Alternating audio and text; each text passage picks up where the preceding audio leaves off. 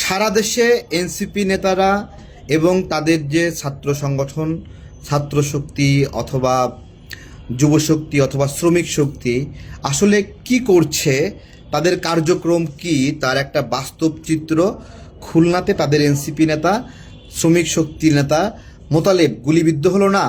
গুলিবিদ্ধ হওয়ার পরে নিজেই হেঁটে হেঁটে হাসপাতালে গেল। তো এই ঘটনাটা এনসিপির সামগ্রিক একটা চরিত্র ফুটে উঠছে। আমরা প্রথমে গুলিবিদ্ধ হওয়ার পরেই এনসিপির একজন চিকিৎসক আছে না, যে আগে শিবির করত, সে বক্তব্য দিয়ে ফেললো যে ফ্যাসিস্টদের গুলিতে এটা আহত হয়েছে এবং ফ্যাসিস্টদের প্রতিহত করতে হবে। তো পরবর্তীতে তো আমরা দেখলাম যে ওই ঘরে নিয়মিতই মদের আসর বসতো এবং মাল খাইয়া টাল হইয়া সেখানে ভাগ বাটোয়ারা করতে গিয়া একে অপরের গুলিগুলি এটা তো দেখা গেল এবং সেখানে গুলির কার্তুজও পাওয়া গেল। তো বেসিক্যালি এই মোতালেব এবং তনি তারা যে ওই ঘরটা ভাড়া নিয়েছিল, স্বামী স্ত্রী নাম পরিচয় দিয়েছিল যে এখানে ফ্যামিলি থাকবে। তো পরবর্তীতে জানা গেল যে মোতালেব আর তনি স্বামী স্ত্রী না মনে হয়, এবং তাদের আরেকটা পরিচয়। তবে তনি এবং হলো মোতালেব দুইজনই এনসিপির সাথে কানেক্টেড। সেটা হলো একজন এনসিপির শ্রমিক সংগঠন শ্রমিক শক্তি, আর একটা হলো যুব শক্তি। তো এইখানে যেই সামগ্রিক চিত্রটা পাওয়া গেছে, ইয়াবা সেবনের সরঞ্জাম, মাদক সেবনের সরঞ্জাম, তারপরে তো বিষয় হলো সেটা না, বিষয় হলো এনসিপি এখন ঠুসঠাস খেলা শিখে গেছে, ঠিক আছে, গুলিগলা শিখে গেছে। আবার ওই ইয়েতে শরীয়তপুরে মনে হয় না ভুডুস ভাডুস করে ককটেলও ফাটাইলো। হ্যাঁ, ককটেল ফাটালো। এখন পোলাপান বাচ্চা ছিল, ম্যাচিউর হয়ে গেছে, ঠিক আছে, এখন সেখানে ঘরে আসরও বসাই মেয়ে নিয়ে। এগুলো হলো সারা দেশের সামগ্রিক একটা অবস্থা। ওইদিকে আমাদের দরবেশদের দল, দরবেশদের দল না, পটুয়াখালীতে পটুয়াখালীতে এক জামাত নেতা তার বাড়িতে পতিতাবৃত্তি ব্যবসা করছে, সে বহিষ্কৃত হয়েছে। তো জামাত তো সব জায়গায় আর এই ব্যবসা করে না। এমনি যদি বলি যে সারা দেশে জামাতের এই অবস্থা, সেটা বললে আবার অন্যায় হবে। তো জামাতকে ধন্যবাদ যে তারা এটা বহিষ্কার করেছে। আমরা এই ধরনের অপরাধের পরে বহিষ্কারকে সাধুবাদ জানাই।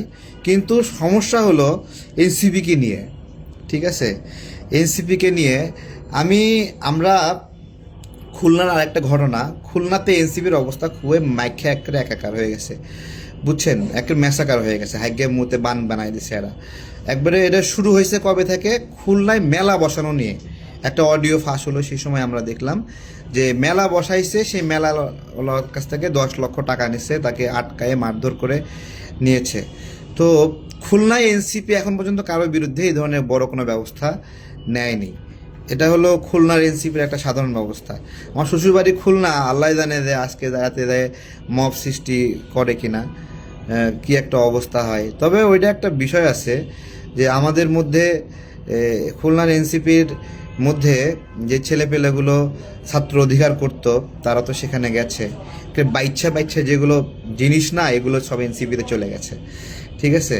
তো এই জিনিসগুলোর সমন্বয়ে এনসিপি গঠিত সারা বাংলাদেশে এইভাবে যে খাইতে পারতো না, 300 টাকার ম্যাচ ভাড়া দিতে পারতো না, রাতারাতি 20,000 টাকার বাসা নিয়ে বাসা ভাড়া দিয়ে আড্ডা দেয় থাকে, এগুলো একটা অবস্থা।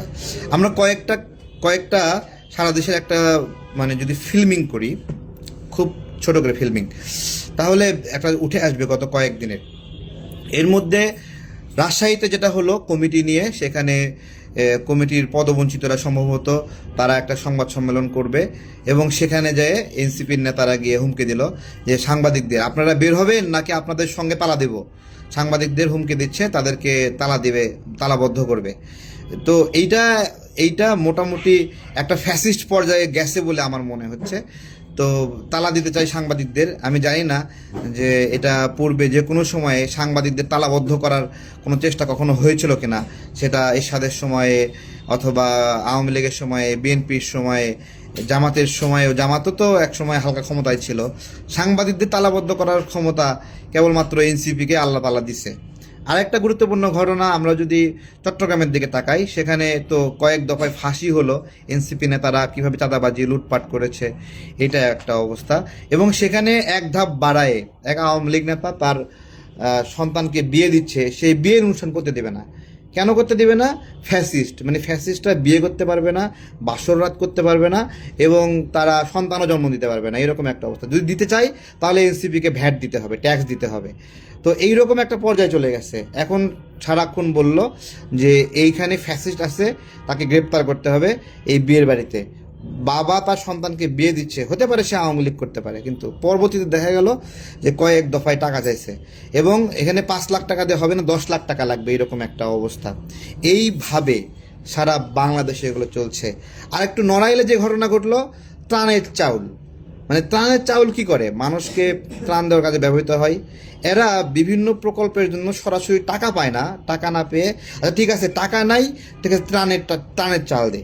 ঠিক আছে, আমার একটা কাহিনী মনে আছে যে অনেক ছোটোবেলাতে একটা ভুটভুটি আটকাইছে, ভুটভুটির উপরে মানে হলো ভুটভুটি পর্যন্ত, ভুটভুটির উপরে কাঁচা গাছের কাঠ, তো আটকাইছে। ওই যে রাস্তায় চেক করে যে ট্রাফিক বা এরকম, আটকাইছে। তো বলতেছে যে এই গাড়ি তো শহরে ঢোকা নিষেধ। বলছে স্যার তাহলে কীভাবে ঢুকবো? তো বলছে তাহলে ঠিক আছে তুই 200 টাকা দে। তা বলছে 200 টাকা তো নয়, তাহলে 50 টাকা দে। 50 টাকা না, তাহলে একটা সিগারেট দে, বিড়ি দে। তা বলছে স্যার বিড়িও তো নাই। তাহলে উল্টা দিকে হয় একটা লাথি মারমো তোরে। ঠিক আছে, তো এনসিপির অবস্থা হয়েছে এইরকম একটা অবস্থা যে থাকবে না কেন। তো এই হলো সারা দেশের একটা লুটপাটের অবস্থা। তো যাক, আস্তে আস্তে এদের তৎপরতা কমছে, এটা একটা সুক্রিয়া। কমছে না, আস্তে আস্তে কমছে। ঠিক আছে, এই জন্য এরা নির্বাচন চায় না, নির্বাচন চায় না। আমি শুনছিলাম যে এই একটা অবস্থা, একটা তৎপরতা চলতেছে এখন নির্বাচনের বিরুদ্ধে, নির্বাচনটা যেন না হতে পারে। তো এখন ডক্টর ইউনূস স্যারের একটা কথা দিয়ে আজকে শেষের দিকে যাব, এখান থেকে আরেকটা অধ্যায়। ডক্টর ইউনূস স্যার বলতেছে যে হাদি হত্যার পেছনে নির্বাচন বানচালের একটা সম্ভাবনা আছে। তো আমার প্রশ্ন হলো, বাংলাদেশে এই মুহূর্তে নির্বাচন বানচাল করতে চায়, নির্বাচন চায় না, এই গোত্রটা কারা? বেসিক্যালি যারাই নির্বাচন চায় তাদেরকেই বলা হয়েছে দালাল, তাদেরকেই বলা হয়েছে 15 বছর খাইতে পারে না, এখন খাওয়ার জন্য অস্থির হয়ে গেছে। তার মানে যারা নির্বাচন চায় তারা যদি হাদিকে হত্যা না করে, তাহলে যারা নির্বাচন চায় না তারা হাদিকে হত্যা করছে। এখন নির্বাচন চায় না কারা, তারা কারা কারা তাদের একটা লিস্ট করা হোক। সেই লিস্টের 1 নম্বরে কে থাকবে, 2 নম্বরে কে থাকবে বলবো? 1-এ কে থাকবে, 2-এ কে থাকবে? আপনারা বলেন, 1-এ থাকবে, 2-এ থাকবে কে? তো এইটা হলো একটা বিষয় গেল, একটা খুব ভয়ঙ্কর অধ্যায় পার হয়ে গেল। তো এটা রাজনীতির জায়গা, রাজনীতিতে যত দ্রুত যে যেতে পারে ব্লেম করবে। সেটা সবচেয়ে ভাল লাগছে, গুলিবিদ্ধ হওয়ার পরেই এনসিপির নেতারা একটা টাটকা দাঁড়ায় গেল, এবং এখানে ওদের ডাক্তার বলল যে ফ্যাসিস্টরা গুলি করছে। একটা টাটকা মিথ্যা কথা বলে মানে ফাঁসায় দেওয়ার চেষ্টা করে হলো। ওরা যে নিজের অজান্তেই ফ্যাসিস্ট হয়ে গেছে, হ্যাঁ, হান্নান মাসুদ, হ্যাঁ, সে যে বন্দর মাসুদ হয়ে গেছে, মাসুদ সাহেব যে মংলা মাসুদ হয়ে গেছে, মানে এইটা ওরা টেরি পায় নাই। আর এখন তো পিস্তল নিয়ে ঘরে, কথা বললেই ফুটফাট করে মেরে দেবে। তো এই একটা অবস্থা। তো অনেকে অনেক ভালো ভালো কথা বলতেছে, সকল ভালো কথার জন্য আপনাদেরকে মোবারকবাদ। আপনারা তাহলে সেই গোষ্ঠী কি যারা নির্বাচন চান না? যদি ডক্টর ইউনূসের কথা সঠিক হয় যে নির্বাচন বানচালের একটা ষড়যন্ত্র করছে, আমি তার একটু আকারে ইঙ্গিতেও কোনোদিন নির্বাচনের বিরুদ্ধে কথা বলিনি, এবং আমাদের নির্বাচন করে জয়ী হয়ে আসার সক্ষমতা ওইভাবে নাই। আমাদের যে প্রার্থীগুলো আসতেছে তারাও অনেক দুর্বল প্রার্থী। তারপরে আমরা নির্বাচন কেন চাই? আমরা নির্বাচন চাই এই যে নব্য ফ্যাসিস্ট যারা আছে, হ্যাঁ, নব্য ফ্যাসিস্ট যারা মব করে মানুষকে কষ্ট দেয়, মানুষের সম্পদ ভাঙচুর করে, জ্বালায় দেয়, গলায় পাড়া দিয়ে টাকা নেয় মানুষের কাছ থেকে। গনিমতের মাল পাইছো? যে আগে যুদ্ধ হতো, যুদ্ধের পরে এখন ওই যারা পরাজিত তাদের সমস্ত সম্পদ লুট করা তোমার অধিকার। গনিমতের মাল পাইছো? ইসলামের যুদ্ধ, এটা ইসলামের যুদ্ধ ছিল এটা, হ্যাঁ, যে গনিমতের মাল, যে যারা পরাজিত হয়েছে সবাইকে গলা চিপ্পায় ধরে টাকা পয়সা কাড়িয়ে নিতে হবে। তো আমরা এগুলো যখন বিরোধিতা করতেছি তখন আমাদেরকে বলছে, আরে ভাই হাদির কোন কথার সাথে আমাদের কথা অমিল আছে, কেউ দেখাতে পারবে? হাদি কি বলছে যে অন্যায়ভাবে মিথ্যা মামলা দেওয়া হচ্ছে, আমরা বলছি না? হাদির 2 দিন আগে আমি বলছি, তারপরে হাদি আমাদের বলছে। ঠিক আছে, হাদি কি বলছে যে যারা আওয়ামী লীগের অন্যায় করেনি 1 টাকার জন্য একটা ফুলের টোকা দেওয়া হয় না। তাই আমরা তো এই কথাই বলছি।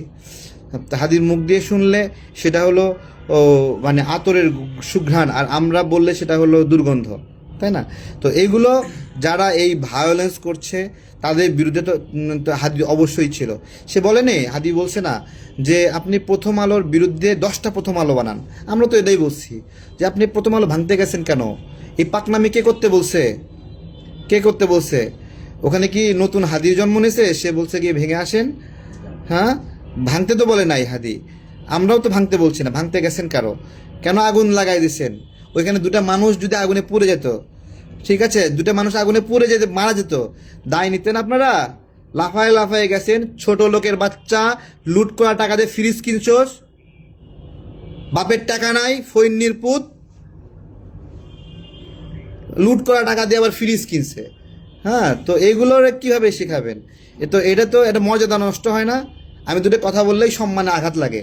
আর যারা লুট করা টাকা দিয়ে ফ্রিজ কিনছো, এসি কিনছো, এখন সেগুলো কেমন লাগে? সারা বিশ্বে সিল মেরে দিছে যে বাংলাদেশ নামক একটা রাষ্ট্রে 2টা গণমাধ্যমকে আগুন দিয়ে জ্বালায় দেওয়া হয়েছে, সিল মেরে দিছে না? এটা কোথায় কোথায় প্রভাব পড়বে জানেন? এই বাংলাদেশ যে বিনিয়োগের উপযোগী না তার একটা সাইন এটা। এই বাংলাদেশে গণতান্ত্রিক পরিবেশ যে উন্নত না তার একটা সাইন এটা। এই বাংলাদেশে যারা এখানে কাজ করতে আসবে তাদের জন্য একটা সাইন যে এটা এখানে সাবধানে থাকতে হবে। এই বাংলাদেশ থেকে বিদেশে যাওয়ার ক্ষেত্রে সেই দেশ থেকে আসছে, ওই যে পত্রিকা 2টা পুরাই দিছে না,